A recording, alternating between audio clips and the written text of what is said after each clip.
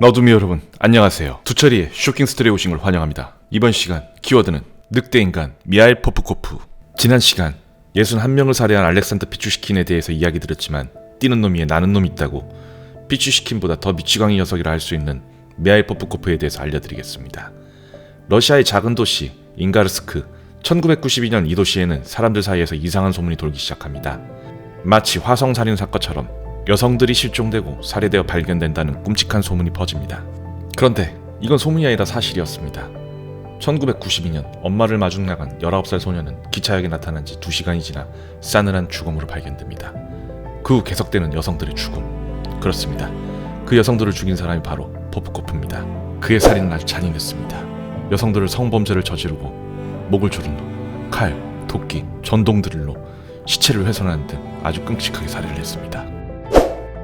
1998년 10월 29일 두 여성이 실종되고 다음날 성범죄를 당한 후 잔인하게 사체가 훼손된 상태로 발견됩니다. 그렇게 1992년부터 2012년까지 무려 22명이나 연쇄살인을 저질렀던 포프코프. 그는 어떻게 범행에 걸리지 않고 이렇게 많은 사람을 살해할 수 있었을까요? 그런데 꼬리가 길면 잡히는 법, 그의 살인도 끝이 나게 됩니다.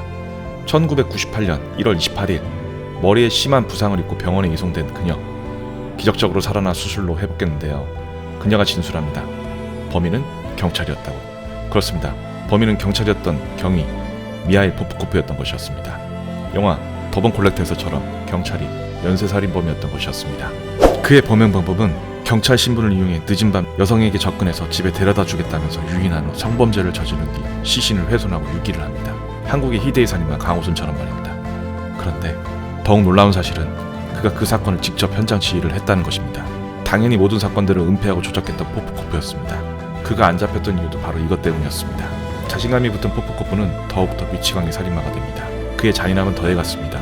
전동 드릴로 머리를 18번 뚫거나 한 시신에는 70번 넘게 훼손이 있었습니다. 심지어 딸의 음악 선생님도 살인을 합니다.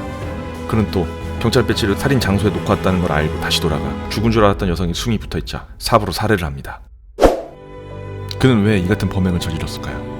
푸틴이 집권하고 경찰서에 잘린 포프코프는 화가 나 사람을 죽였다고 진술합니다. 하지만 그의 범행 동기는 사실 아내 때문이라고 밝혔습니다. 포프코프가 집에 들어왔을 때 미처 치우지 못한 콘돔이 발견됩니다. 아내의 외도가 있었던 거죠. 죽이고 싶었던 아니었지만 딸을 생각해 죽이지 못하고 분노만 쌓이다 다른 여성으로 목표를 바꾸게 되었던 것이었습니다. 과연 그는 어떻게 체포되었을까요? 그는 경찰에 잘리고 또 다른 살인을 하게 됩니다. 하지만 현장 조작을 못했던 포프코프는 당연히 잡히고 맙니다. 살인 현장에서 발견된 포프코프의 차량 바퀴 자국.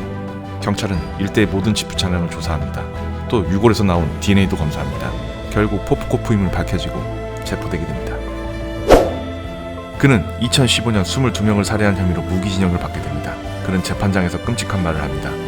더러운 여자들을 제거하고 있다. 거리를 깨끗이 정리합니다. 나는 평소입니다. 하지만 그의 판결은 여기서 끝이 아니었습니다. 그는 수감 중 동료 수감자들에게 이런 말을 합니다.